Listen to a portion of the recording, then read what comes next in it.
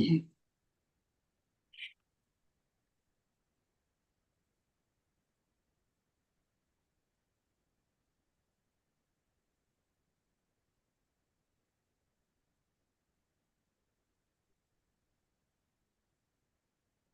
Hare Krishna, dear devotees. Today we are going to start chapter 8 of Bhagavad Gita, that is attaining the Supreme. Again, from 7 to 12 is very important for us. It all talks about bhakti, devotional service. So, chapter 8 is attaining the Supreme. And before we start the class, please let us take the blessings of the beautiful deities of ISKCON Mangaluru, Sri Radha Govinda ji. Sri Radha Govinda ji ki jai.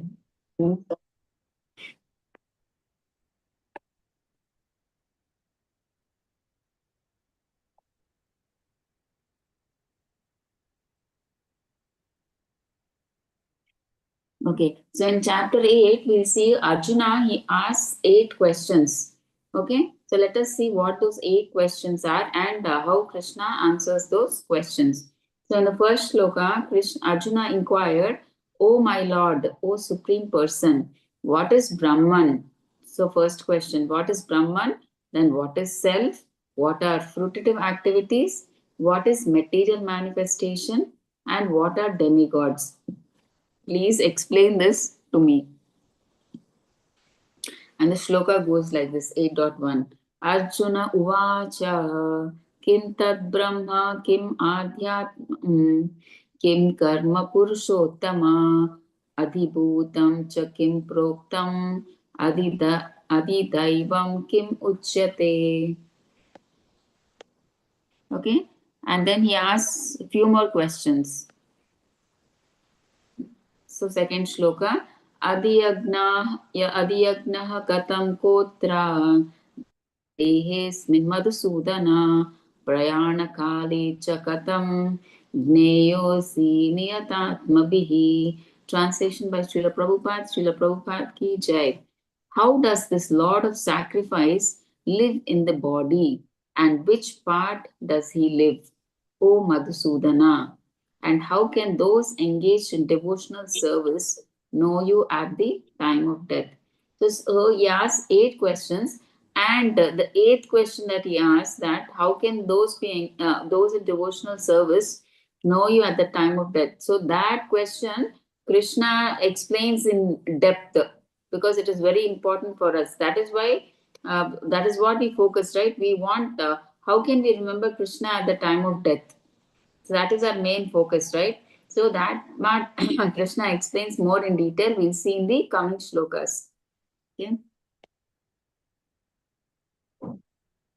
So these are the questions that Arjuna asks. What is Brahman spirit? So next in shloka 5.4, Krishna answers, saying when Arjuna asks what is Brahman spirit means, he says it is the soul. Brahman means it is the spirit soul, Jiva. And then he asks the second question, Adhyatma, Adi Atma. Who is Adi Atma? Adi Atma means who is the controller of the body? The soul, right? So so it's the soul. And karma, what is fruitive activities, he asks. Karma means what? So depending on whatever karma we do, those actions lead us to material body, right? So that is karma. Next is fourth, in 5.5, Krishna gives the explanation. So first 3, we'll see Krishna gives the answer in 5.4 shloka, and 5.5 again he talks about Adi Bhuta. What is Adi Bhuta? Adi Bhuta means, Krishna answers, it is material nature. So Adi Bhuta means what? It is constantly changing. So material nature, everything, every this object or whatever you see is constantly undergoing change. Be it your cell phone or yourself, or you see anything in this material nature. You take anything, it is physically, it is changing. Okay, that is material nature. So material nature means it is constantly, it is physically changing. Next, Adi Daiva means supreme demigod. Adi Daiva means universal form which includes all demigods. Okay, and Adi Yagna. Who is the enjoyer of sacrifice or the Yagna Bhokta? Always it is Paramatma, right? Vishnu or Krishna. So Adi Yagna is Paramatma. And where does this Adi Yagna reside? Where does Paramatma reside? In the heart of all, right? He stays in the heart of everybody. Everybody. And last question, what is Krishna, Arjuna asking, how to remember Krishna at the time of death? So what does Krishna answer to that? Practice remembrance throughout life. See, whatever if you want to remember Krishna at the time of death, we have to practice from now onwards, from whenever at least we know that Krishna consciousness is the solution. That is the only way out for us to get liberated from this material world. So we start practicing Krishna consciousness. And we should, see, now if you don't practice Krishna consciousness, your mind runs towards what? Money, family, attachments, property, all these things, business. So it keeps running in that direction. So your consciousness now goes in that direction if you are not Krishna conscious. But if the mind runs towards Krishna, then our goal is achieved. So if you start practicing Krishna consciousness throughout your life, at the time of death, there is a chance you will remember Krishna and then you can go back to Goloka. Okay, but can someone suddenly remember Krishna at the time of death? It is not that easy, because you know why? At the time, at the death, the body becomes so weak. The whole, your throat is filled with kapha, your breathing is disturbed, your mind becomes restless, you can't see properly, you can't hear properly. So everything is like totally you're in pain, the whole body is in pain. Okay, so that is why at that time when the whole body is so disturbed and so much weak, so much in pain, will you be able to remember Krishna? Highly difficult, right? In that pain, you are just worried about the pain of the body. So it is very difficult for us to remember Krishna at that time. So that is why we need practice. See, if you practice from now on, maybe there is a chance that you will remember Krishna at that time. So that is why we do chanting, we do seva, we do hearing, we do remembering of Krishna, so that at the final moment, that remembrance of Krishna comes. It comes naturally. So Krishna, he never says that one who dies near a temple or one who performs some rituals, such people, that is required. No, you don't have to do that. So Krishna is only saying that one who remembers me, that is enough. Not that he should die near a temple, near my temple, or one performs my puja. Nothing like that. He's saying one who remembers me at the time of death. You chant Hare Krishna at the time of death, or you remember Krishna at the time of death, that is enough. You will go back to Krishna Loka. So your whole life is a preparation for one exam, that is death. See, like how a child, for the final exam, he prepares throughout the year. So, like that, our exam is at death. So, the whole life is a preparation for that. So, do we can we remember Krishna? Okay, if we remember Krishna, we go back to Goloka. Otherwise, we come back to this material world, and again we have to start. We don't know. If we get a human birth, maybe we get a chance to again practice Krishna consciousness and go back to Godhead. I don't. Otherwise, it depends on our consciousness whether we are born as animals or whatever. Okay, so the main thing is you have to remember Krishna at the time of death, and if you want to remember Krishna at the time of death, you have to start practicing Krishna consciousness now.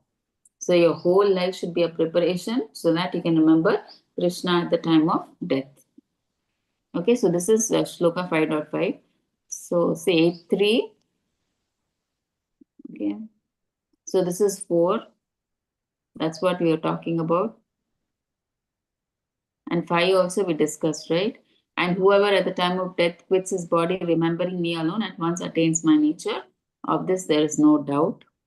Okay. So here, in that shloka, in that continuation, they are saying this. Hundreds and thousands of living entities meet death at every moment, but a foolish living being nonetheless thinks himself deathless and does not prepare for death. That this is the most wonderful thing in this world. Okay, so actually, this is the conversation. I think I'm not sure. It is between Yamaraj and Yudhishthira, I think. So Yamaraj asks Yudhishthira this question: what is the most wonderful thing that you know? So then I think Yudhishthira Maharaj says this. He says that he sees so many people dying. See, we all also see, right? So many people dying, our relatives, our near ones, our loved ones, we see them dying.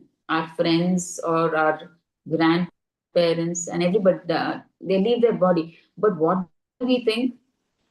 They have gone because they don't know how to save themselves. But I know how to have. I will bring doctors from America. I will have this medicine. I will have that. We think that we will stay permanently. They are fools. They don't know how to take care.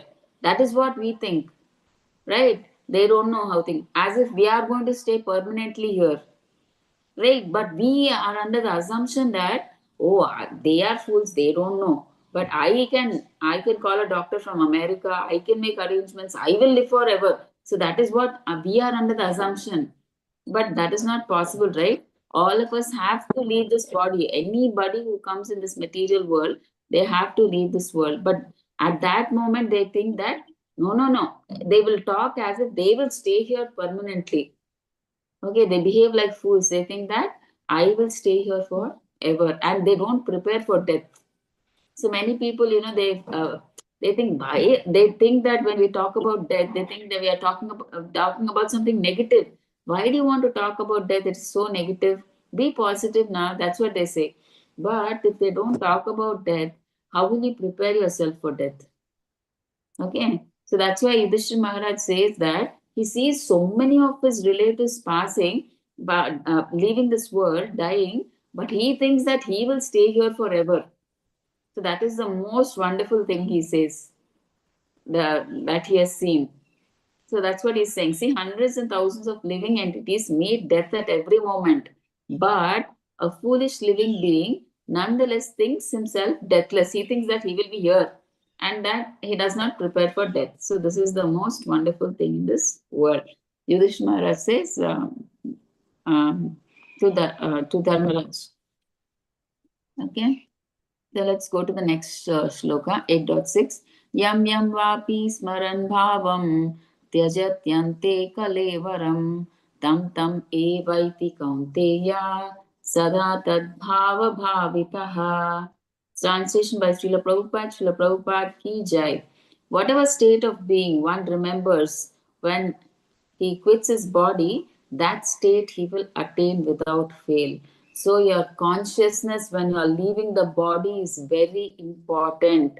See, when you're leaving your body, your whole life you will see as a reel, as a small reel.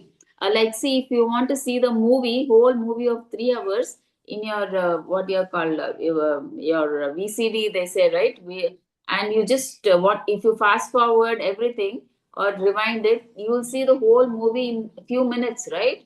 Like that, at the time of death, your whole life comes in front of you. Whatever attracts you, that will come. Those incidents will come in front of you like a reel in a span of few minutes. So you will get what your consciousness is thinking about, which you are attached to. So those things will come in front of you when you are about to leave your body.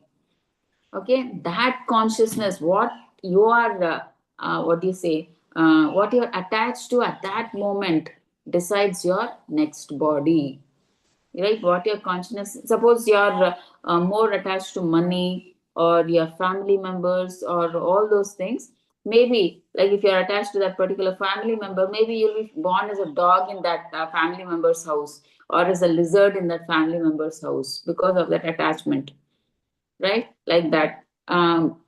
If you are attached, I mean, like attached to your money or property, you'll be born as a snake or a scorpion in that property or field or wherever, like that. So it depends.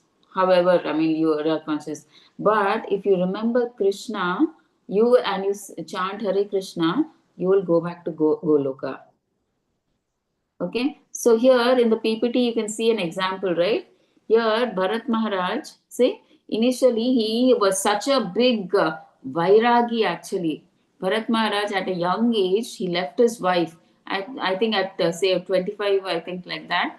He left his wife, he left his family members, children, the whole palace. He was the king of the whole world. He left everything. Okay, and then imagine leaving a whole kingdom, so much property, wealth, beautiful wife, children, everybody he left. And then he came to the forest. So much he had Vairagya.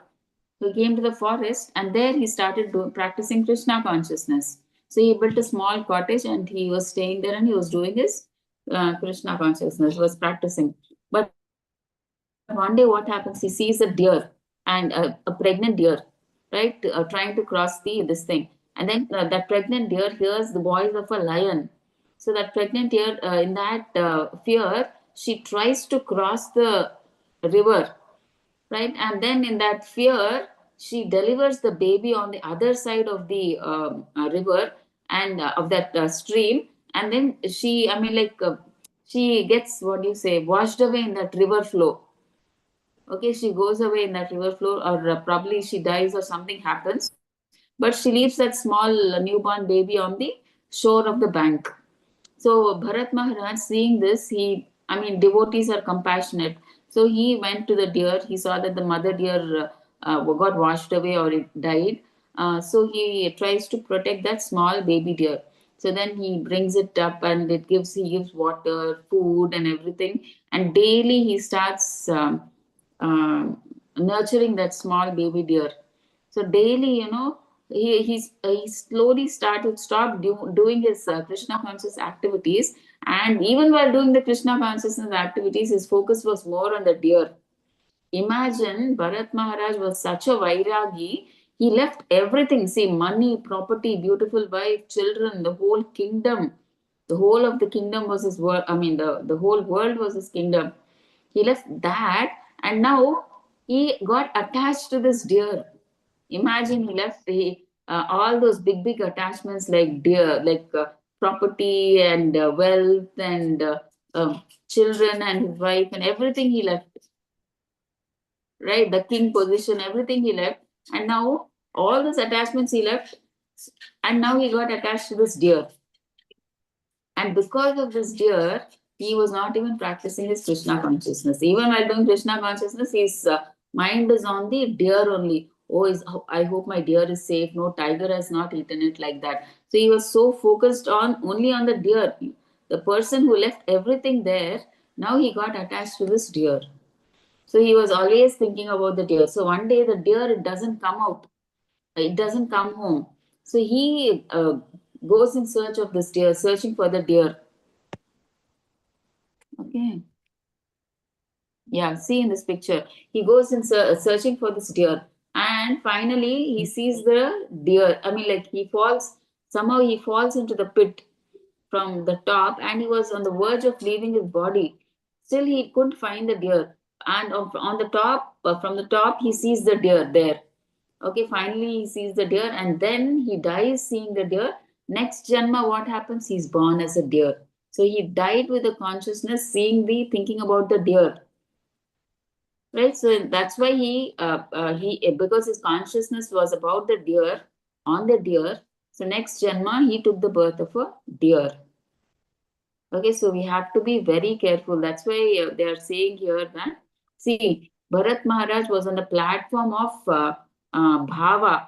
So imagine just one step before Prema, right? He was on the 8th stage. 9th stage is Prema, love of Krishna. So he was on Bhava stage, and that person who was on the Bhava stage, he fell down. He was born as a deer in the next Janma. So how about us? How careful we all have to be, right? So that is very important. So they're trying to say, whatever state of being one remembers, when he quits his body, that state he will attain without fail. So that's why we should practice Krishna consciousness now so that when we die, at the time of death, our consciousness is on Krishna and not on our family members or like our property, our business, our children, our grandchildren, or whatever. Should not be that. Mataji, Hare Krishna. Yes, Mataji? Mataji, one doubt actually. Yeah, please, Mataji. Like we used to hear, like if you take a human birth, means you have to cross seven birth or something. Like as a first as an a bacteria or amoeba, then as an plant, then like that we cross many things and we come into human life. That to Yes. come into a human life itself is a great thing. That only I have heard. Like they used to say. Then again, like after human birth, again then if that is over means again we will go into such births or like I'm getting, I'm not very Yeah. clear in this, but Yeah, I'll tell you, Mataji. Please listen. See, actually, only karma applies only for human life, Mataji. So, actually, when we progress from, there are 84 species of life. So, initially, like from aquatics, insects, we cross over all these janmas, aquatics, insects, four-legged. So, all those species we cross. For them, there is no karma, Mataji. See, when a tiger is eating a deer, there is no karma, right? They are animals, they don't have intelligence like us, they can't discriminate. So for them, they undergo the evolution process. So one by one, next stage, from plant, insect, like that they will come, and they will slowly, I mean, like there's no karma, they will follow the next stage, and finally they will come to the human form of life. So in the human form of life, we have intelligence. That is why we get karma. So we can think. The animals, they don't think. I mean, like they think, but on the bodily platform they think, just for their protection or for eating and everything. But the human person, he can think, right? He has the intelligence to think. So that's why he is different. He will have karma. Okay, Mataji. So when he, I mean, like at the time of death, whatever he, it is not evolutionary for him. So whatever he, when he is at the time of death, whatever he thinks, that consciousness, like for the scriptures, we saw the previous example of Bharat Maharaj, right? See how he was on the stage of bhava. He is a pure devotee on the stage of bhava, but then he actually he was such a vairagi that he left everything in the world he left, but he got attached to this deer. And what happened finally, because of at the time of death, his consciousness was on the deer, so he had to take the birth of a deer. So this is important. No, it's not that if you, after so many janmas, if you get a human form, it is not necessary that you will get only a human form after that. It is based on your consciousness. Whatever you think, like that you will be born. Not necessary that once you get a human life, you will get a human life forever. No, not nothing like that. clear, Okay. Mataji, very Is clear. it clear, Mataji? Yes, Mataji, clear. Thank you, Mataji. Hare Yeah, Krishna. so it is based clearly on our consciousness. That's why we have to prepare, use our life to, I mean, at least since now we know that Krishna consciousness is the only way we can get liberated. And if we start practicing from now onwards, maybe there is a chance that at a time of our death, we don't know when we'll die. See, next moment, we don't know what will happen to us. At least Parikshit Maharaj, he had the intimation of 7 days, but we don't know when our 7 days are, right? It could be the next minute, could be the next 7 hours, next 7 days, when we don't know.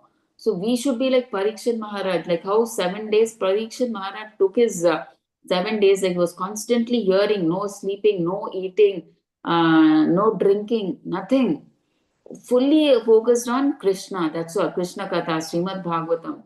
So that's how serious we should be. So our consciousness should be always on Krishna, because nowadays you see the news, you don't know how people are dying. They never expect how, I mean, like how they leave their bodies. So we should be very careful and always try to remember Krishna more and more and more by chanting, reading, hearing, doing devotional service.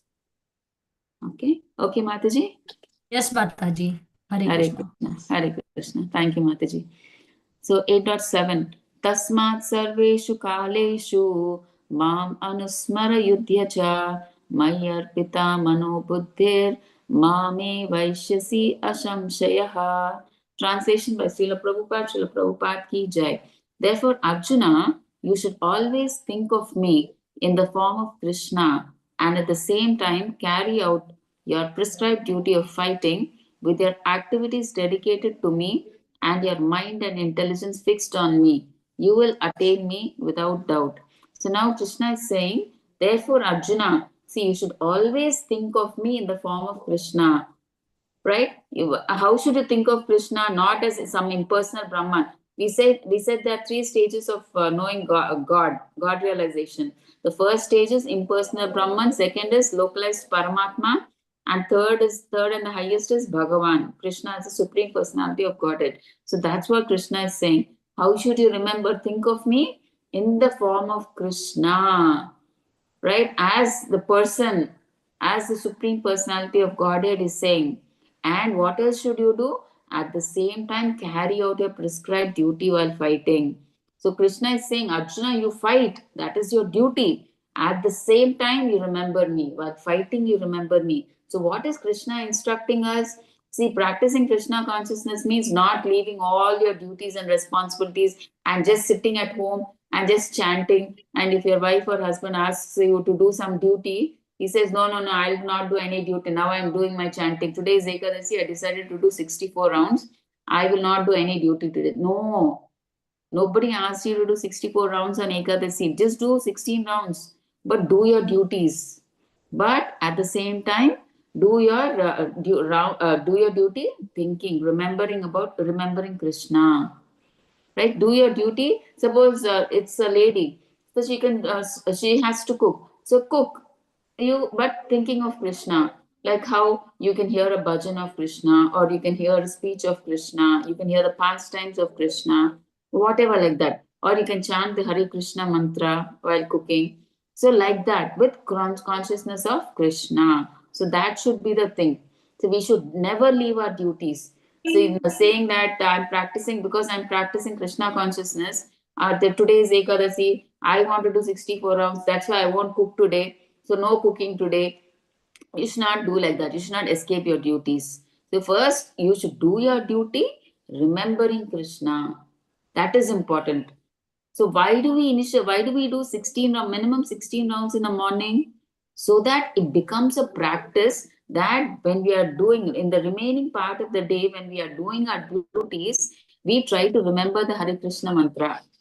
Okay, so that is why we chant initially minimum 16 rounds so that we can remember Krishna when we do our daily duties, right? So that we can remember the same Hare Krishna mantra at that time. Okay, so we have to first think Krishna. That's why when Arjuna said, "I will not fight. I will go into the forest and I will meditate and I will beg and live like that. I will eat like that."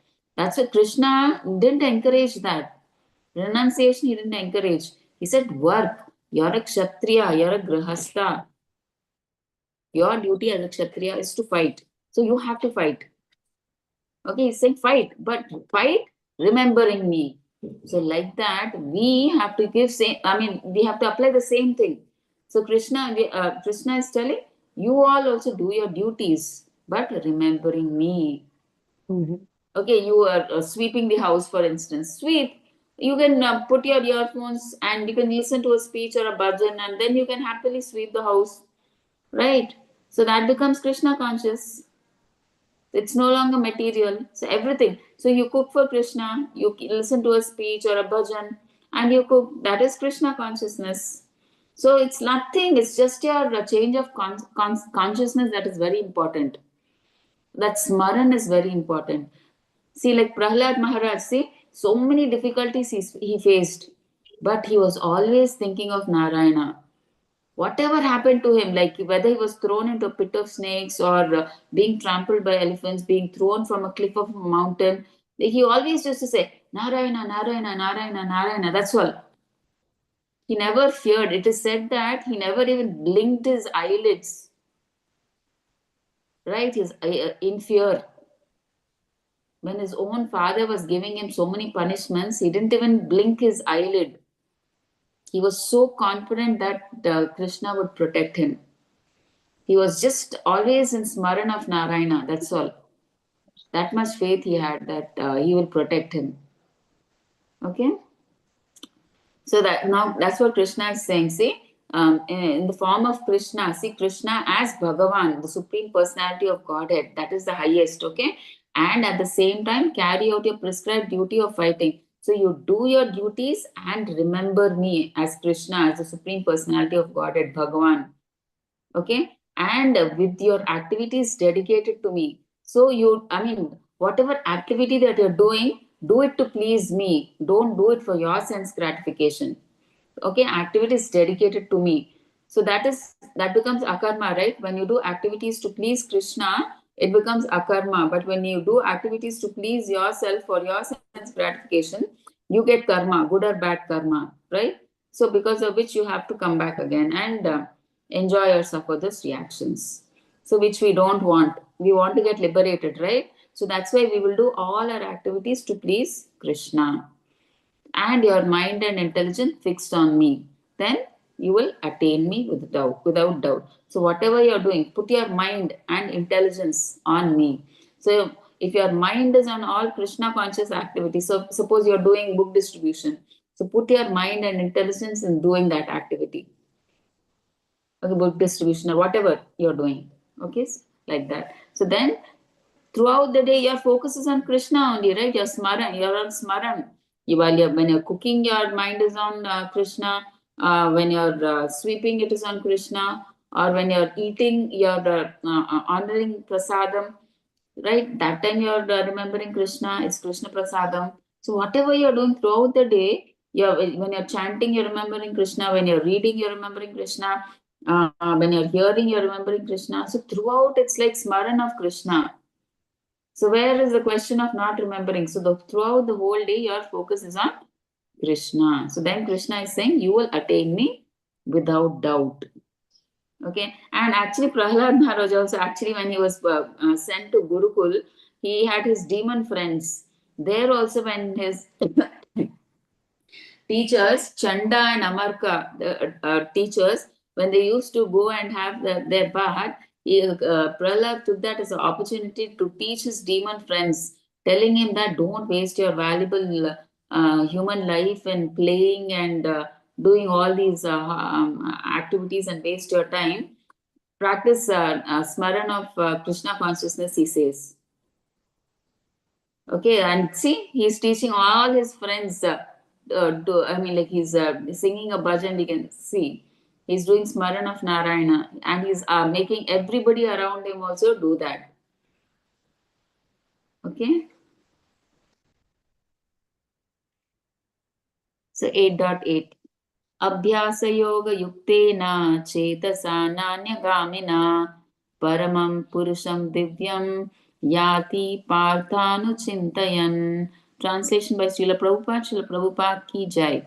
He who meditates on the Supreme Personality of Godhead, his mind constantly engaged in remembering me, undeviated from the path, he, O Arjuna, is sure to reach me. So here they're saying the same thing. He who meditates on the Supreme Personality of Godhead, so his mind is constantly engaged on remembering me. So whatever activity you're doing, your mind is on Krishna. Whatever you're doing, see, it's the consciousness that is important. Okay, uh, the material activity that you do, if you do it remembering Krishna, that becomes spiritual. That is the only difference. Okay, undeviated from the path, he, O Arjuna, is sure to reach me. Okay, he does not deviate from the path of what? Krishna consciousness. So he's undeviated, straightforward. Like he does not go this side or that side, he does not waver. He's strongly fixed in Krishna consciousness. He has complete faith in Krishna that whatever be the reason, Krishna will protect me for sure. So he has that faith, he has that confidence, he has that determination. So such a person whose mind is constantly engaged in remembering me. See, right from morning you get up, right? See, you take morning, you get up, you take your bath, you do the Mangalacharan prayers, you're remembering Krishna.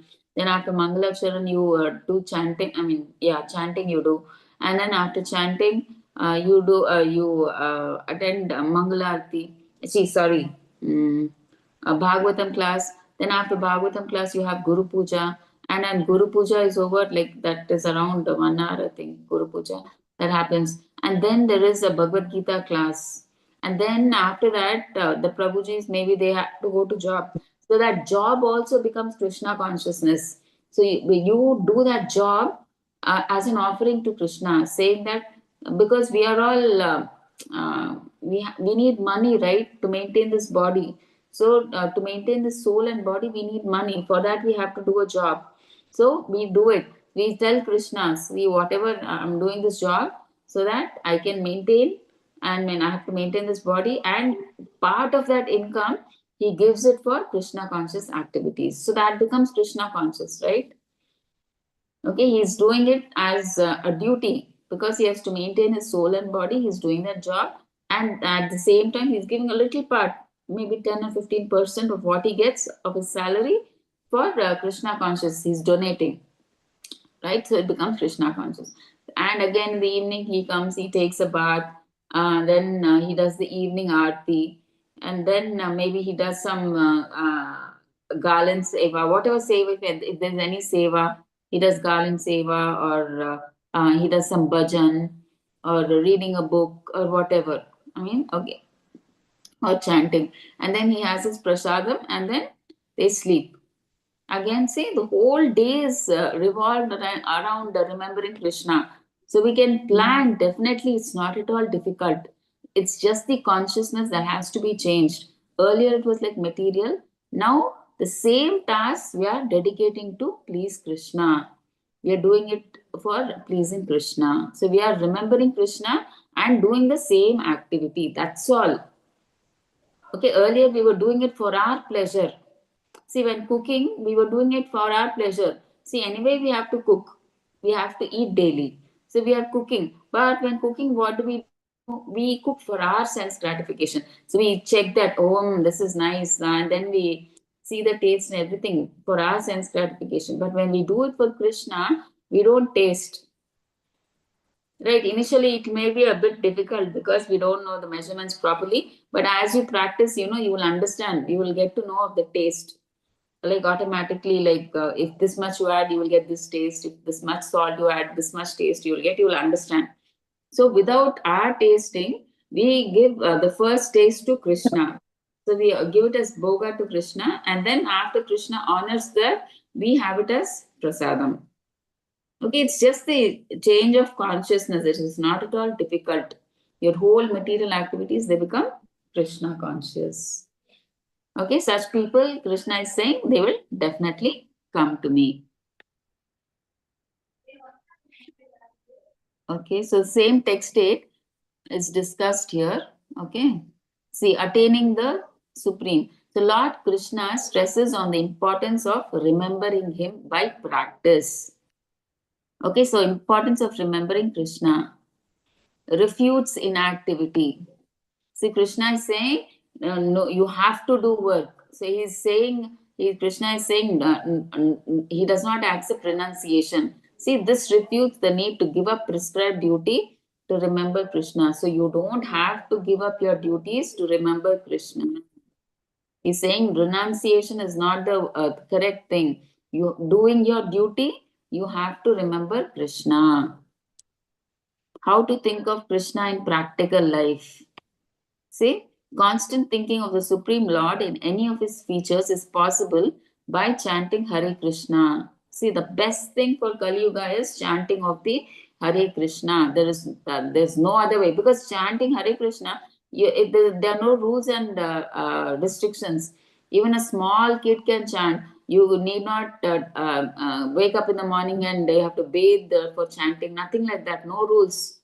You can get up and just wash your mouth and you can just start chanting. Not necessary you have to take a bath or something like that. Okay, so anytime, if you are sick also, you can lie down and chant. No problem. The main thing is you have to chant. That is the important thing. So chanting is the most practical. You can do anywhere, anyhow, anywhere. Okay, so it's very easy. So practice is purifying, and at the end of life, one transfers to the kingdom of God. Okay, so by chanting, you're remembering Krishna. So if you remember Krishna, you'll go back to Goloka. That's what they're saying. So most effective way to remember Krishna is to chant the Hare Krishna Mahamantra.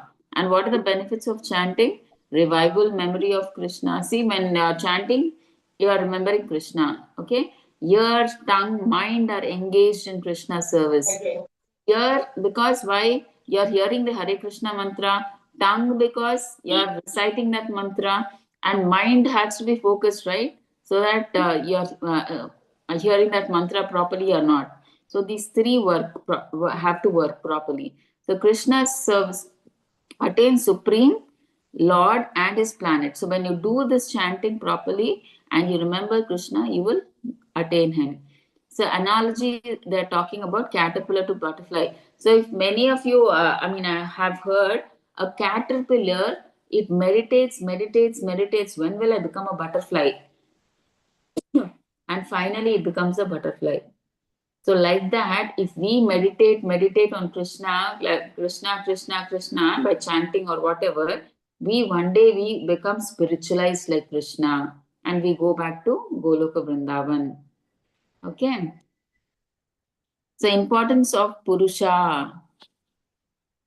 Okay. So they stress the importance of Krishna as a person, not as impersonal Brahman or Paramatma, as Purusha means person. So Lord is the real enjoyer, confirms Lord as a person. Okay, 8.9 recommends meditation on Lord's form as a person. So we have to meditate on Krishna as a person, Supreme Personality of Godhead, Bhagavan. Okay, so he is the real enjoyer. So who can enjoy? Only a person, right? So they're talking about Krishna as the Supreme Personality of Godhead. That Krishna we have to meditate, not an impersonal Brahman or Paramatma, right? That is impersonal Brahman is the first stage, second stage is Paramatma, and final stage that we have to meditate on is Krishna as the Supreme Personality of Godhead. Okay.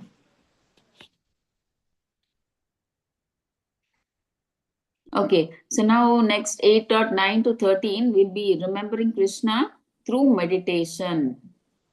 Okay, like the yogis, how do they meditate? We know that through the Ashtanga yoga process. Okay, by meditating on Krishna and his qualities, or by practicing Yoga Mishra Bhakti, one can think of Supreme Personality of Godhead when quitting the body and reach the spiritual planets. Okay, so 8.9. Kavim Puranam Anushasitaram Anor Aniyamsam Anusmaredyaha Sarvasya Dhataram Achintya Rupam Aditya Varnam Tamasaha Parastat. Translation by Srila Prabhupada. Srila Prabhupada ki jai.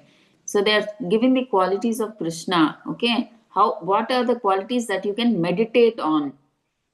Right? One should meditate upon the Supreme Person as the one who knows everything.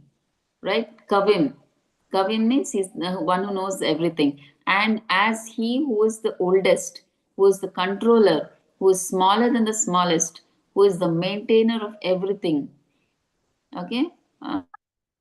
And who is beyond all material conception, who is inconceivable, and who is always a person. He is luminous like the sun and being transcendental and is beyond material nature. Okay, see now here. See, what can we meditate on? They are giving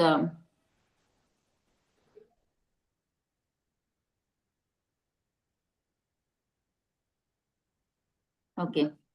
So let's see what. So first they said Kavim, right? Kavim means what? He's the knower of everything, past, present, future. So you can meditate on Krishna like that. Second, Puranam. Puranam means he's the oldest, right? All are born out of him.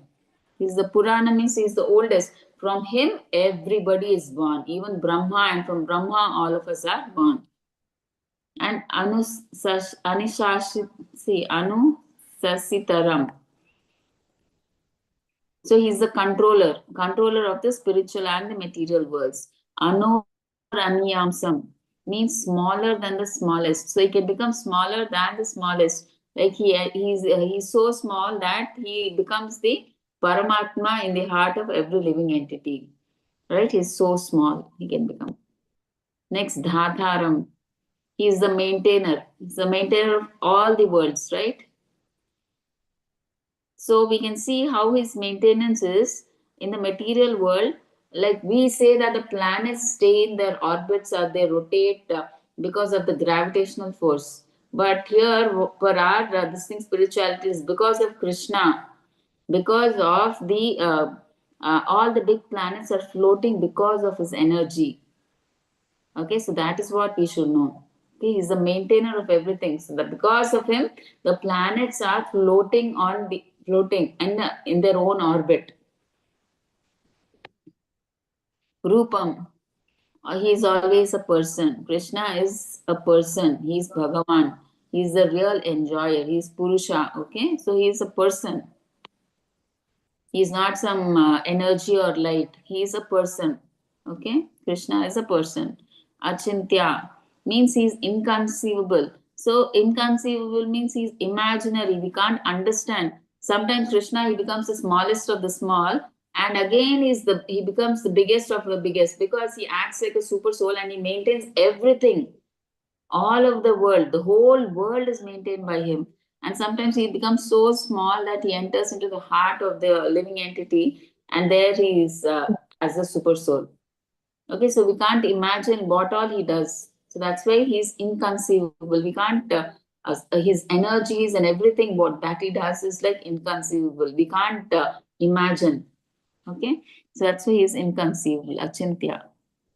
Aditya Varnam, luminous like the sun. So Krishna, he does not need any external electricity, I mean the light or anything, because his body is self-luminous. So that is the impersonal Brahmajyoti, right? He's luminous like the sun. There's so much effulgence coming out from the body of from his body. Okay, so he's luminous like the sun. Mm. Tamasaha Parastat, transcendental. Krishna, though he comes to this material world, he is always transcendental. We should not think because he has come to this material world, he comes as a material normal person. Wherever he comes, whichever avatar he takes, he comes directly as Krishna also. He is transcendental. He is always beyond this material nature. He is beyond this material modes. He is beyond the ignorance. Okay, he is transcendental, always transcendental. Okay. Okay, next 8.10. Prayanakale manasachalena bhaktya yukto yoga balena chaiva bruvor madhye pranam aveshya samyak satam param purusham upaiti divyam. Translation by Srila Prabhupada. Srila Prabhupada ki jai. One who, at the time of death, fixes his life hair between the eyebrows and, by the strength of yoga, with an undeviating mind, engages himself in remembering the Supreme Lord in full devotion, will certainly attain to the Supreme Personality of Godhead. So now Krishna is talking about the Ashtanga yogis who, at the time of death, they fix their life hair between the eyebrows. So they have these Agna chakras. So from down they bring to the chest, and from the I think I don't know exactly, the stomach to the navel, navel to the chest, and chest to the throat, and from the throat they bring the chakra to the between the eyebrows, and finally they bring it to the top of the head, and then from there it goes. Okay, so here they're saying at the time of death, they fix his life hair between the life hair is there, right? The breathing that they do, the life hair, they bring it to the eyebrows, in between the eyebrows, it seems, by the strength of their yoga. Okay, and then they meditate, right? The Ashtanga yogis, they meditate on Paramatma in the heart. So they bring the life hair between the eyebrows, and they meditate on Krishna as Paramatma, right, in full devotion. Okay, and then they will go back to Vaikuntha Loka. So the Ashtanga Yogas, if they meditate in full devotion on Paramatma, devotion is important, not meditation. Devotion, if they have the devotion, then there is a chance they will go to Vaikuntha planets. Okay.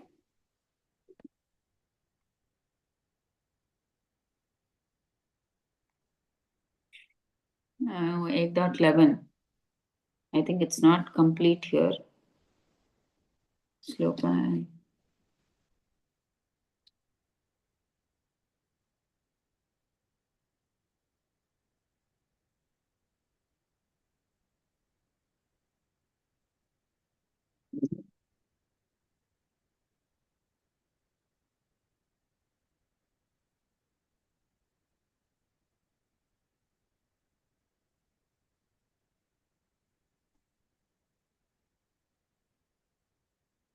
Yeah.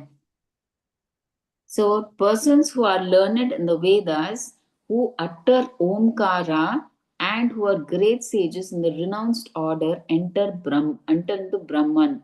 Desiring such perfection, one practices celibacy. I shall now briefly explain to you this process by which one may attain salvation. Now he is talking about Gnanis. Earlier he was talking about Ashtanga yogis, how they will attain liberation and go to Vaikuntha planets, right? By meditating on Paramatma, by bringing their chakra in between the eyebrows and meditating on the Paramatma in the heart, they will go to Vaikuntha Loka, spiritual planets. Now they are talking about the impersonal Gnanis who want to merge into the impersonal Brahman. How these person they are learned in the Vedas. We know, right? The Gnanis, they read the Vedas and the Upanishads. And what is present in the Vedas? The mantras, right? Mantras. Om, they say this and they do Swaha, the Swaha they will do in the thing. So they utter Omkara, right? For every mantra before they say Om, and then they say some mantra again, they say Om, and then they put Swaha, they will say, right? So these people they who utter Omkara. So Omkara is nothing but earlier we've discussed, right? Is nothing but Krishna, the sound form of Krishna. Om, they say, right? That is nothing but Krishna, right? So who utter Omkara and who are the great sages in the renounced order, right? These nanis, what do? They renounce everything, right? They renounce their duties, responsibilities, and they come into the forest and they control their senses and they desiring and they finally they meditate and so that they want to enter into the Brahman. So desiring such perfection, what do? They practice celibacy. Celibacy is very important. Can anybody tell why celibacy is important?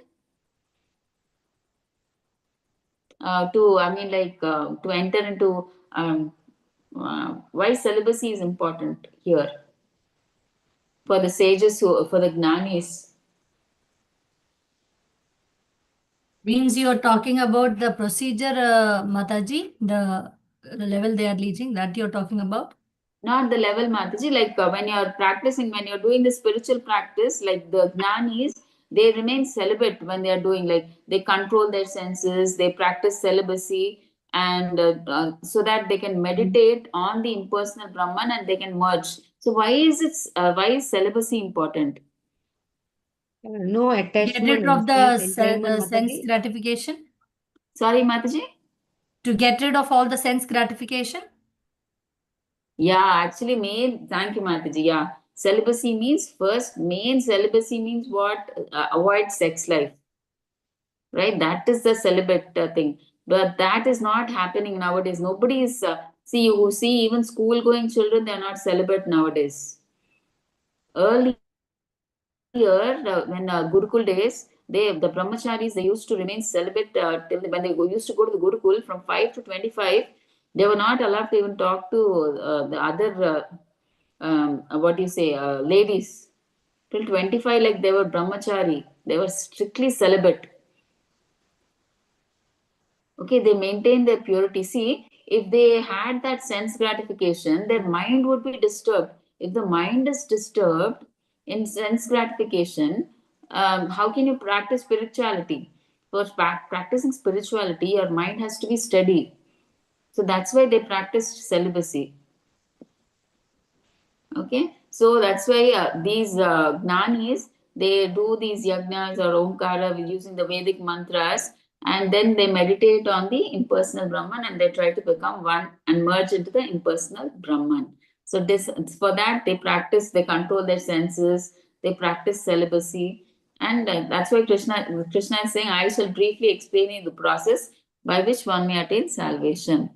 So let's see what is the next thing that Krishna says.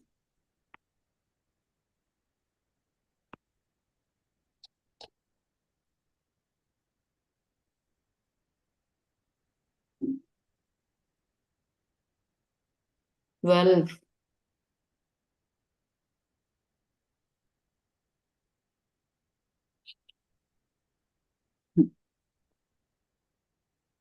okay, the yogic situation.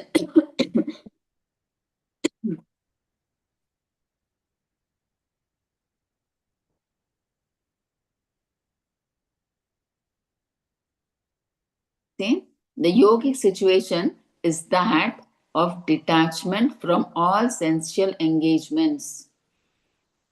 Okay, the yogi, he gets detached from all sensual engagements. So by force, these yogis, the sense activities we said, right? They forcefully they control the eyes. They don't see that. The tongue doesn't taste. Ears they don't hear by force. Okay, they is that detachment from all sensual engagements. Then closing all the doors of the senses, and so once the senses everything is closed by force, and fixing the mind on the heart. Hare Krishna. Please be on mute. Yeah, thank you. So, closing all the doors of the senses and fixing the mind on the heart. So, these yogis, they meditate on the heart, like on Paramatma in the heart, right? So, they put their mind on Paramatma in the heart. And where is the life air?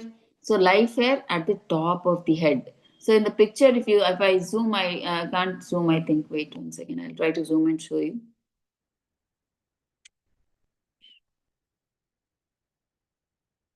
Okay, no, I can't.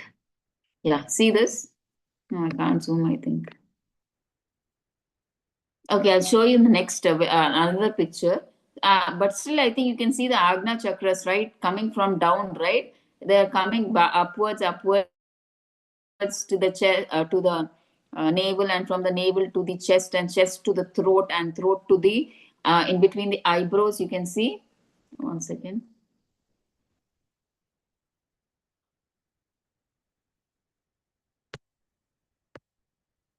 See, you can see that coming till between the eyebrows and then to the top of the head.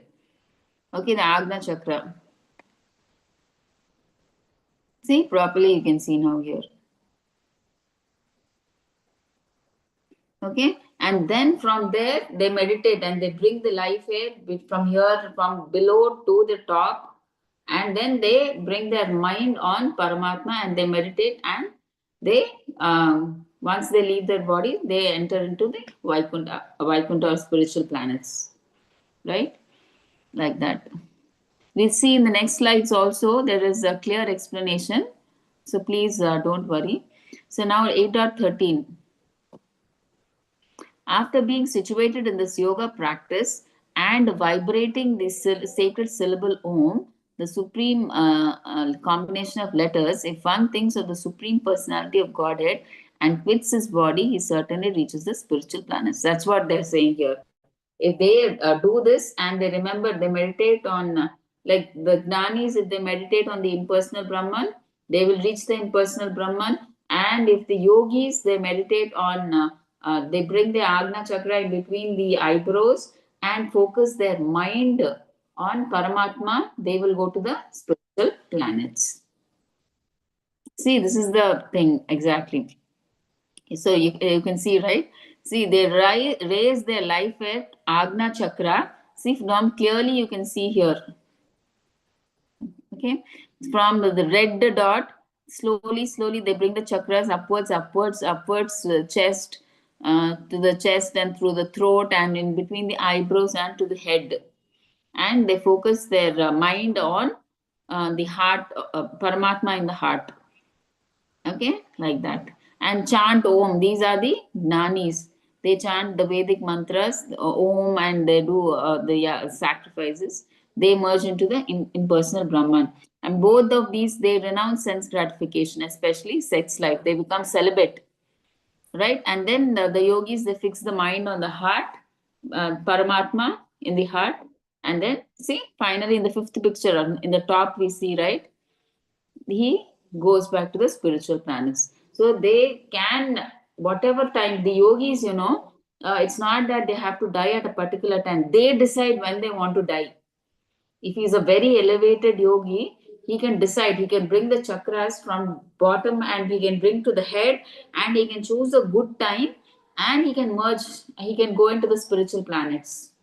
So you can see in the top picture, right, that oval picture, how the yogi, he brings the chakra to the top, and when he thinks it's a good time to leave the body, he can leave it and he can go into that life air will go into the spiritual planet. Okay, so like that. This is about impersonal Brahman. The earlier picture, okay, was about yogi. Now impersonalist. See, impersonalist, Om is also same. They're trying to say that Om means same as Krishna. That sound Om, when they say, is nothing but Krishna. And why don't we say in Hare Krishna? See, in any mantra, see, if you say Om Namo Narayanaya, they say Om Namo Bhagavate Vasudevaya. For everything they put Om. But for Hare Krishna mantra, they don't say Om Hare Krishna, Hare Krishna. Because the Hare Krishna mantra always already includes Krishna. So that's why they don't have to use Om. Om is nothing but Krishna, right? But Krishna is already there in the Hare Krishna mantra. That's why we don't say Om Hare Krishna. But other these things, Om Namo Narayanaya, Om Namo Bhagavate Vasudevaya, they put Om. But for this Hare Krishna mantra, you don't have to put, because Krishna is already there in it. So they're trying to say that Om and Krishna are both the same. Okay, so impersonal Brahman, impersonalist, he meditates on the impersonal Brahman and then he merges into the impersonal Brahman. Okay, but what is the destination for devotees? They go to, like if the yogi is there, he will, because he meditates on Paramatma, he will go to Vaikuntha Lokas. But the devotees, because they meditate on Krishna, the Supreme Personality of Godhead, they will go to Goloka Vrindavan. Okay. So next 14, that now they're talking about, we've talked about impersonal Brahman and Paramatma realization. Now they're talking about pure devotional service. So remembrance of Krishna through bhakti. So by constant engagement in devotional service, one who undeviatingly remembers Krishna easily attains the Lord's abode, far from this miserable material world. Okay. 8.14 Ananyacheta satatam yo mam smarati nityashah tasyaham sulabha partha nityayuktasya yogina. Translation by Srila Prabhupada. Srila Prabhupada ki jai. For one who always remembers me without deviation, I am easy to obtain, O son of Pritha, because of his constant engagement in devotional service. So here they're saying, who always remembers me. Like earlier we've spoken, right? We have to always remember whatever duty we are doing, always remember Krishna without deviation. So you should not deviate, thinking that sometimes you may think that this is better, that is better. In the earlier shlokas we saw, right? Vyavasayatmika buddhi ekeha kurunandana. So we should not be diverse. Only one focus, only on Krishna without deviation. So that's why they say generally, right? Many of us, what mistake we do? We try to do 4 to 5 things at one time, and we end up doing no work at all. Okay, so that's why here they're saying, do one task at a time. That is the easiest way and the fastest way to complete any task. But what do? We take all 4 or 5 tasks. We think that I will do this, I will do this. and simultaneously we think that I will try to complete all at once, but we don't even complete one task. So the easiest way is take one task at a time and finish. That is the easiest and the fastest way to finish a task. So here Krishna is telling without deviation. Okay, deviation means full focus only on Krishna. That's all. Nothing else. Only on me. Without deviation, then I'm easy to obtain. O son of Pritha, because of his constant engagement in devotional service. So that is what a devotee does, right? He's constantly engaged in devotional service, right? From morning till night. So we discussed that schedule, right? How he gets up in the morning, takes his bath, and then he attends Mangaluru and so on till night, till the time he sleeps. So like that. So throughout the day, whatever he does, he's in constant smaran of Krishna. So the consciousness is very important. For outsiders, it may look whatever we are doing is material. See, cooking, it appears like we are cooking materially only. You can't say that if you're cooking for Krishna, you're dancing and cooking like that. Nothing like that, right? It appears material, but it is a consciousness. See, you're listening to a speech of Krishna. Then after cooking is over, you offer it to Krishna. With lovingly, like when a guest comes, you serve the guest, right? Saying that I have mixed this and this curry, and when the guest says, "Oh, this is so nice," you say, you try to explain, right? I've put this, that's why it is tasting like this.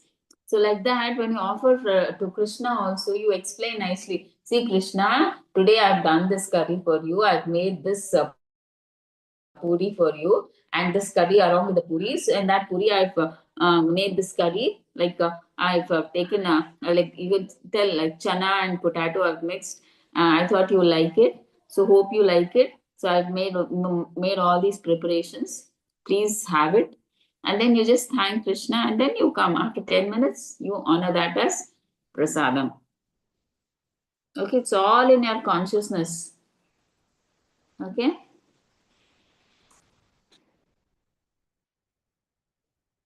मामुपेत्या पुनर्जन्म दुःखालयम् अशाश्वतं नाप्नुवन्ति महात्मानः संसिद्धिं परमां गताः.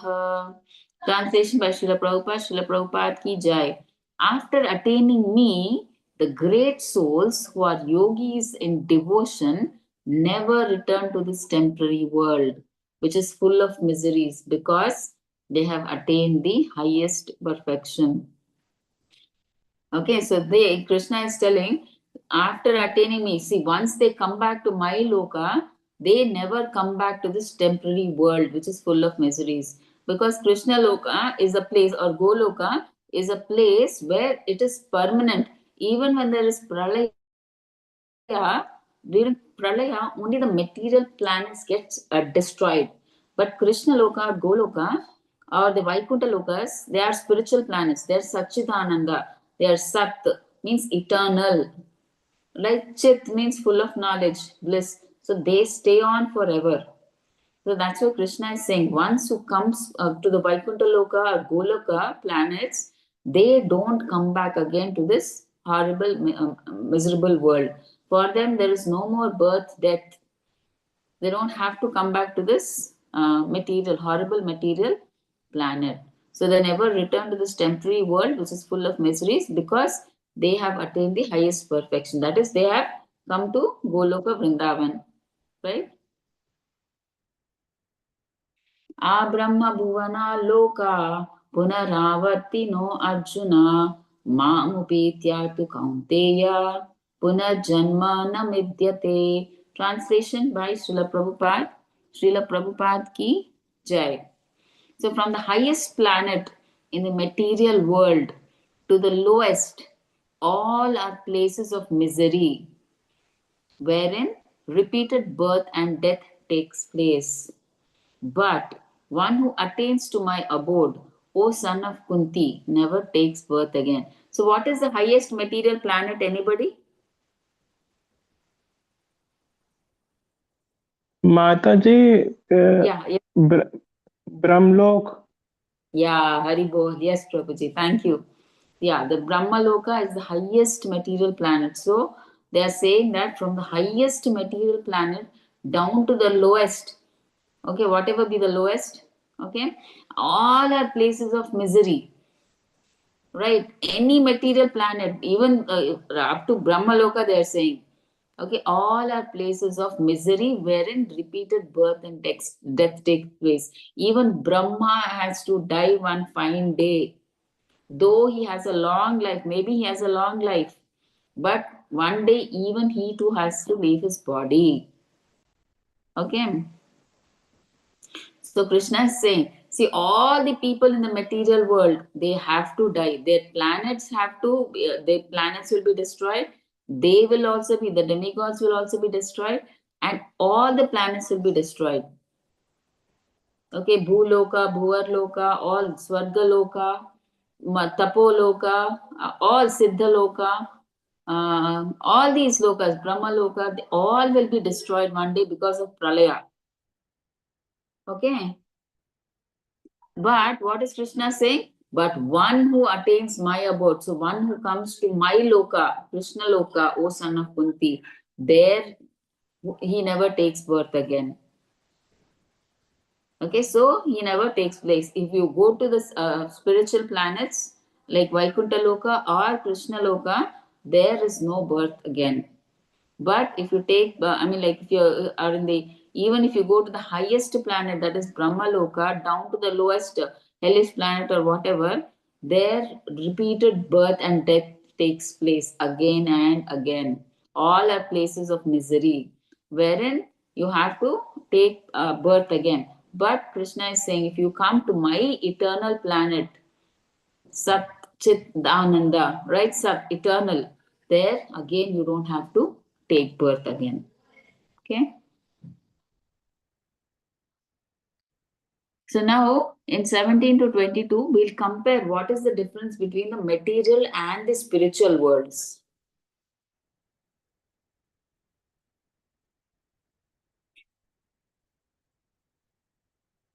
Okay, 8.17. By human calculation, 1,000 ages taken together from the duration of Brahma's one day, and such is also the duration of his night. So now they're saying, they're trying to calculate the duration of Brahma. So Brahma's one day, see, actually Brahma's 100 years is equal to, I think we saw something, it is like 13 trillion, 43 billion something. So it is so long. So our 100 years is equal to Brahma's 13 trillion or something. So how that is so long. But his one day, see, during Brahma's one day, what happens? Like, see, by human calculation, 1,000 ages taken from the duration of Brahma's one day, and such is also the duration. So they're saying the duration of, talking about the duration of Brahma's one day and Brahma's one night. Okay, so it is so long.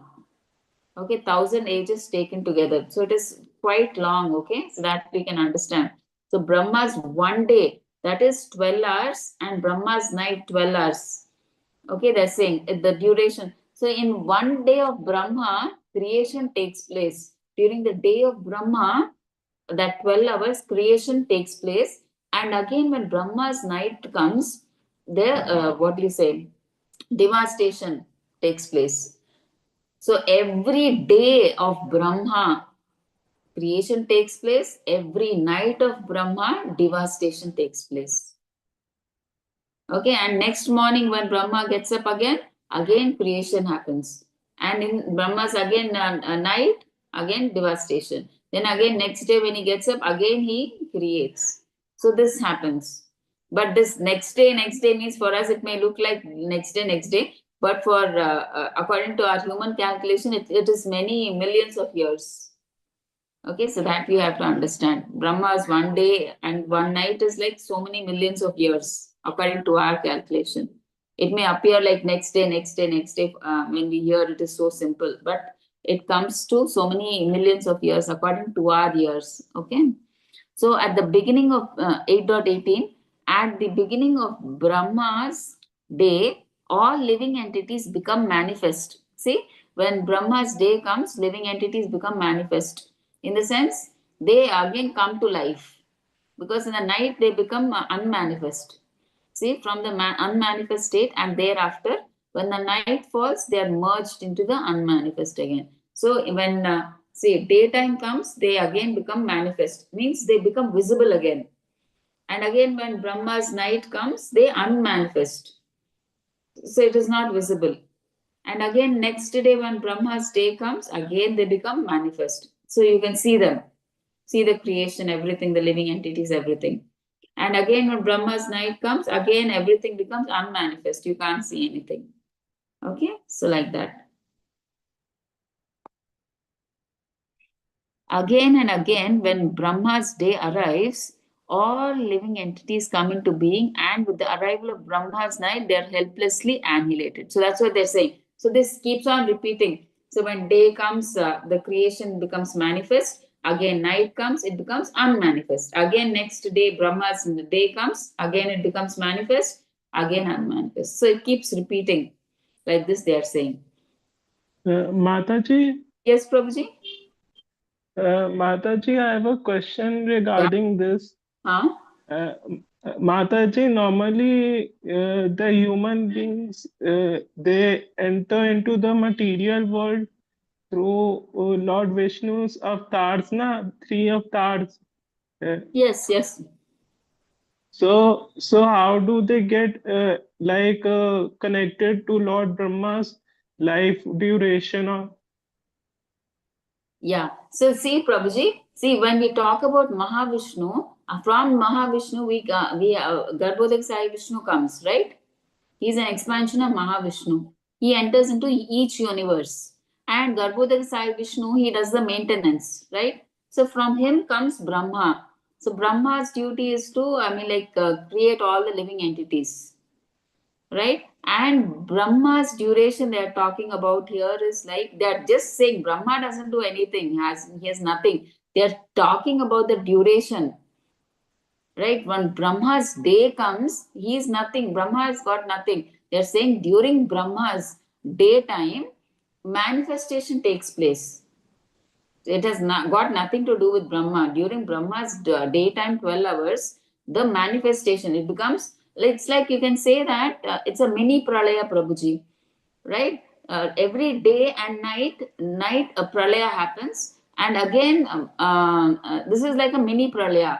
But the main pralaya, when the main pralaya happens is when Brahma's 100 years are over. That is the Maha Pralaya, big Pralaya, where everything gets devastated. And that time everything becomes unmanifest and goes into Mahavishnu. Okay, that is the 100, when Brahma's 100 years are over, the Mahapralaya happens. The whole of the entire material world gets devastated and goes into the body of Mahavishnu. So this is like mini Pralaya. It happens in every day of Brahma, right? Day and night of Brahma. Okay, you got the difference, Prabhuji? yes. So Mataji, when the mini pralaya happens, then also all the human beings and plants and animals go into the body of Mahavishnu. No, they go into Garbhodak Sai Vishnu. This is mini Pralaya because Brahma is coming from Garbhodak Sai Vishnu. So they will go into Garbhodak Sai Vishnu. Okay, then they will again manifest. Right? But when the whole of big Pralaya happens, when 100 years happens, even Brahma goes. But now in this mini Pralaya, Brahma is surviving. He will be there. Right? He Yes. will be there. But in the whole, when Brahma's 100 years is over, even he will die at that time. His loka, everything will go. And then the whole, everything will get merged into Mahavishnu that time. Okay. Yeah.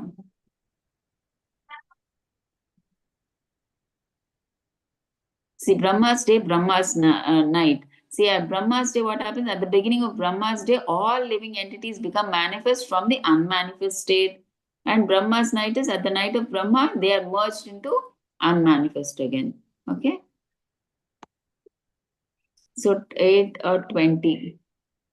Parastasmatu bhavonyo vyakto avyaktat sanatanaha yasa sarveshu bhuteshu nashyatsu na vinashyati Translation by Srila Prabhupada. Srila Prabhupada ki jai. Yet there is another nature which is eternal and is transcendental to this manifested and unmanifested matter. It is supreme and it is never annihilated. When all in this world is annihilated, that part remains as it is. Now Krishna is talking about, see, till now he was still talking about Brahma. During Brahma's day, this manifestation happens, unmanifestation happens. But now he's saying there is a place when pralaya happens also, nothing happens to that place. It is always eternal, it is transcendental, nothing happens to it. It remains as it is. He's talking about that place. Okay, see? Yet there is another place which is eternal and is transcendental to what? To this material world, material planets that become manifest and unmanifest during pralaya. Okay, so it is supreme. He's telling about the spiritual planets. It is supreme. It is never destroyed, annihilated. So when all in this world, when pralaya comes, everything becomes annihilated. Still, that part remains as it is. So he's telling about the spiritual world.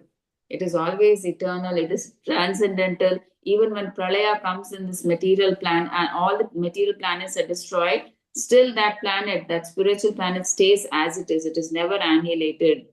He's telling. It is Satchitananda, his planet is, Krishna is telling. Okay, 8.21. That which the Vedantists describe as unmanifest and infallible, that which is known as the supreme destination, that place from which having attained it, one never returns. That is my supreme abode. So Krishna is talking about his loka, spiritual planets he is talking about. So that place which the Vedantists describe as unmanifest, so it is always there. It is not that it is during pralaya it gets destroyed. So it is always there. It is infallible. Means fallible means what? What happens? The living entities are fallible. Why? Because because what do you say? They have a chance to come back to this material world. So they fall down, right? Because of sense gratification, they fall down and they take birth again and again. So in the spiritual planet, they are infallible, right? They don't take bodies again and again, right? So they are infallible over there. But here in the material world, they are fallible. They fall again and they take births, repeated cycle of birth and death. So there in the spiritual planet, once you reach there, again there is no death. There's no chance of falling down. So that which is known as the supreme destination. So that is the highest destination, going to Goloka Vrindavan as a spiritual planet. That place from which having obtained it, one never returns. See, once you go to the Goloka planet or the Vaikuntha planets, you don't again have to come back to this miserable material world. So that is my supreme abode, Krishna is telling. He's talking about his lokas. 8.22. The Supreme Personality of Godhead, who is greater than all, attainable by unalloyed devotion. Although he is present in his abode, he is all pervading and everything is situated within him. See, the Supreme Personality of Godhead, who is greater than all, obviously, he is the cause of all causes and everything comes from him. Nothing is independent of him. And how is he attained? By unalloyed devotion. Means there is no material desires. Only unalloyed devotion means just to please him. We work only to please Krishna. So we have no material desires, nothing. Right? Unalloyed devotion. Although he is present in his abode. So Krishna is always present in his abode, Goloka Vrindavan, and he never comes out of Goloka Vrindavan. He is happily enjoying pastimes with his unalloyed devotees over there. He never comes out of Vrindavan, right? But he's at the same time he's all pervading. How he's present there? We are saying that he never comes out of Goloka Vrindavan, but again we are saying he's all pervading. Because he's all pervading because of his energies. His energies are spread throughout. See, it's like the Prime Minister. He is not present everywhere, but he's present through his ministers. Right? The ministers give information that, yeah, this is what happened. This is what happened. So all his ministers are spread throughout the states and countries, right? And they give him the information. So like that, Krishna, through his energies, he spread throughout. Okay, he's all pervading, but he's as a person, he's present there in Goloka Vrindavan, but through his energies, he is all pervading, and everything is situated within him. So all whatever is happening is everything is within him. See, when the world, when annihilation happens, everything is he. I mean, like it becomes, he takes everything into him. So everything is within him. So the living entities are within him, the demigods, the Prakriti. So everything, the energies, everything is situated within him. So nothing is independent of him. Okay. So description of the spiritual world of the Lord's abode. Now we'll see that everything. The absolute nature means Krishna's abode is not different from him. They're saying that when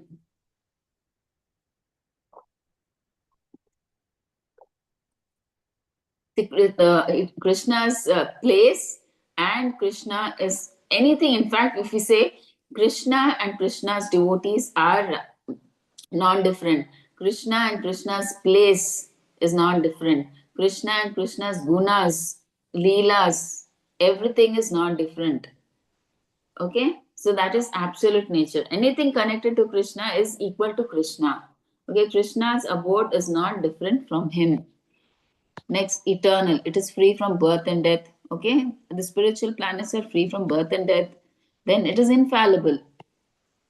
Krishna's superior energy is opposite to material energy in quality.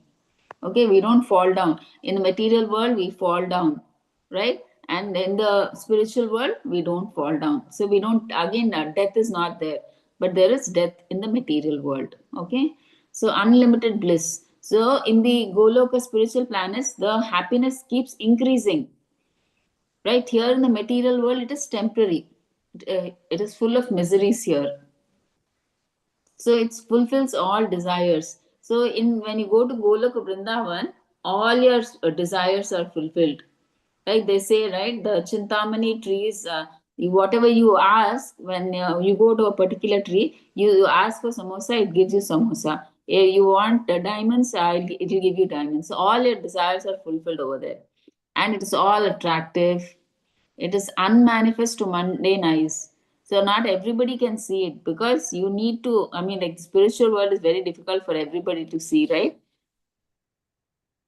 Transcendental, it is transcendental to manifest and unmanifest. Means the spiritual planet is in transcendental, whereas the material is manifest and unmanifest.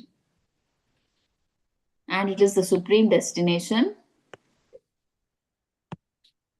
and a place of no return. So once you come back to the spiritual planets, you don't have to come back to this material world again. So 23 to 28, the supremacy of devotion in attaining the supreme.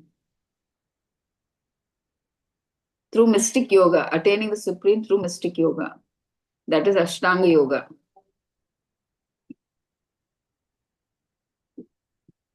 Okay. Yatra kale tu anavrittim avrittim chaiva yoginaha prayatatayanti tam kalam vakshyami bharatarshava. Translation by Srila Prabhupada. Srila Prabhupada ki jai.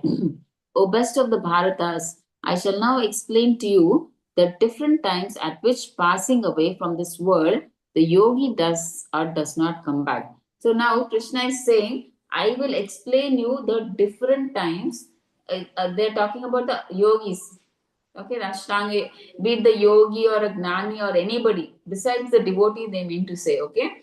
So if anybody is leaving, passing away from this world, the yogi, like what timings are suitable? Like what time if he leaves his body, he will not again come back to this material world. That is what they are trying to talk about. At which passing away from this world, the yogi does or does not come back. So now Krishna will give the time when he will come back or not come back during his death. Okay, after his death, I mean. Okay, 18.8.24.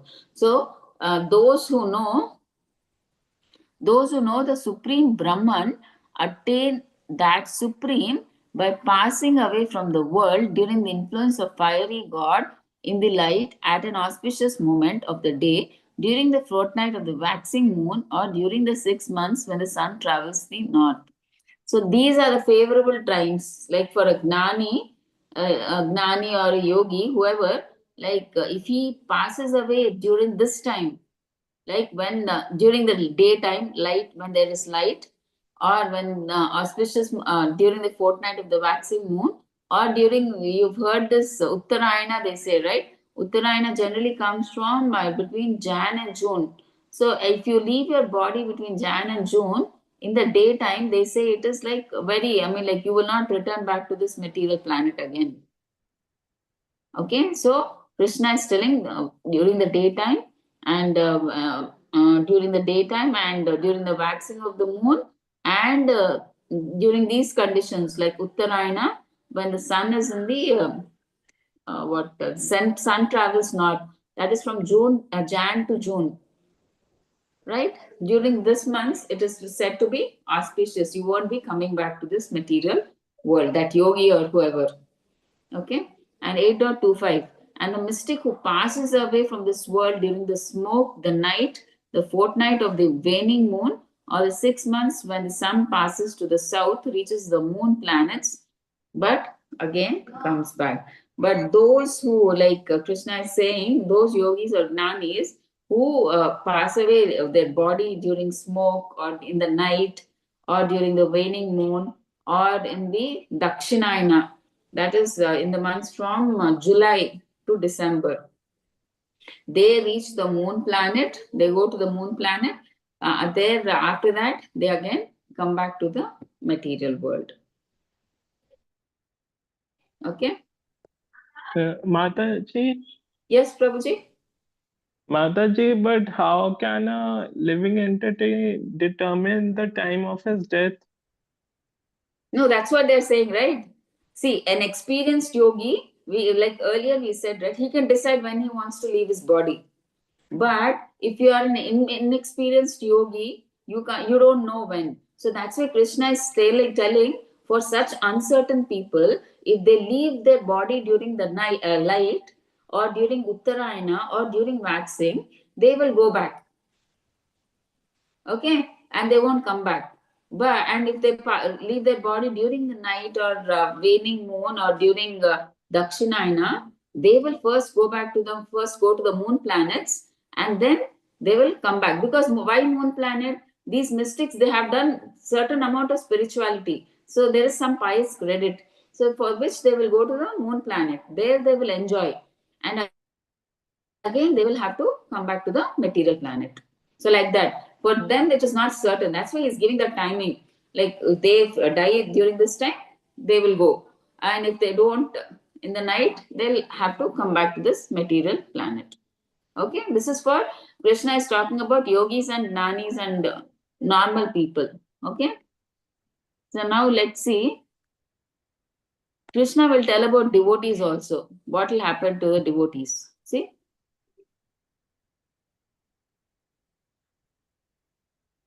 Okay, see, if it's the yogis and gnanis, in light, what we said, he will attain Brahma Jyoti or whatever, wherever he wants, he will go. Right? In light means for a gnani, he will attain Brahma Jyoti. For a yogi, what will happen? He will go to Vaikuntha Loka. Right? He will go there. But Karma Kandi, he will do what? Yagna and everything.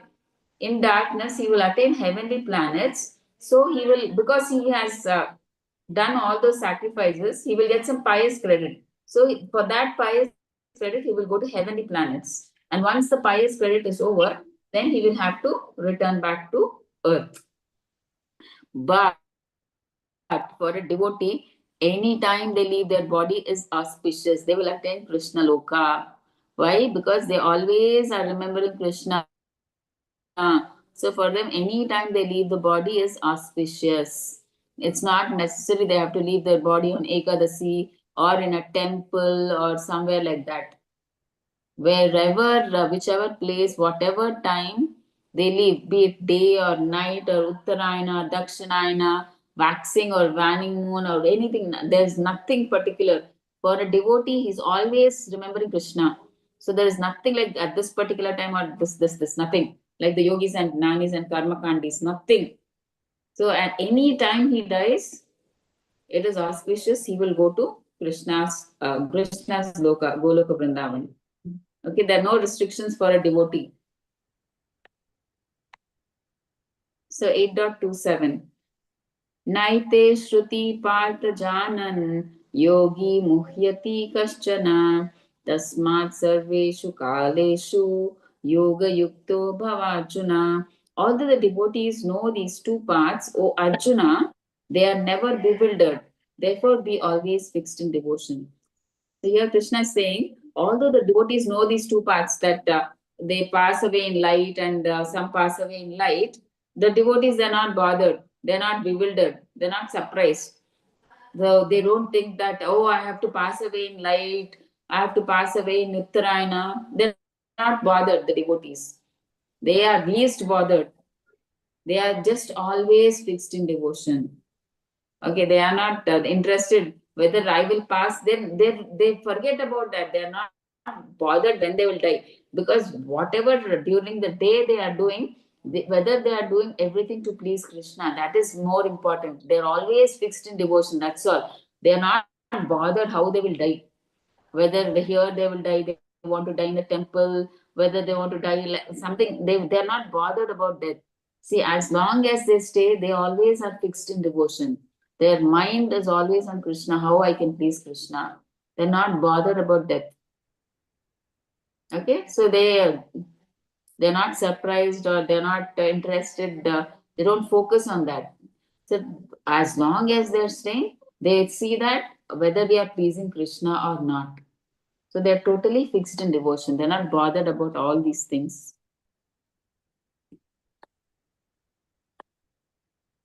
They just do their duties, the devotional service they do. 8.28.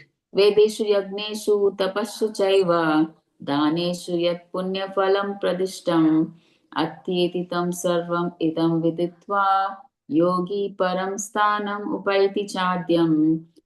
Translation by Srila Prabhupada. Srila Prabhupada ki jai. A person who accepts the path of devotional service is not bereft of the results derived from studying the Vedas, performing austere sacrifices, giving charity, or pursuing philosophical and fruitive activities. At the end, he reaches the supreme abode. So generally, many people think that, oh, I'm doing Krishna consciousness, so I'm not doing any social activities, or I'm not reading the Vedas, or else I'm not doing some austere sacrifices, I'm not doing this charity, or I'm not doing this karma kandi activity. Is it okay? We feel all that because we are doing Krishna consciousness. But what are they saying here? See, a person who is doing devotional service means it includes all these. What it includes? It includes the results of studying the Vedas, performing austere sacrifices, giving charity, or pursuing philosophical and fruitive activities. See, it's just like if you water the root of the tree, the whole tree is nourished. Like that, if you practice Krishna consciousness, you are doing or you're getting automatically all the results you're getting. So you don't have to separately do all these activities. Just by doing Krishna consciousness, pleasing Krishna, you're pleasing everybody. So you're doing all these things. So you don't have to do these separate activities. You don't have to feel bad that I'm not able to do this, do this, do this, do this. No. Just do Krishna consciousness. All these are automatically included in that. Okay. So at the end, he reaches the supreme abode. So if he just practices Krishna consciousness, everything is satisfied. And finally, you will reach Goloka. Right? Yeah, so that's it. We are successfully completed. And if the devotees have any doubts,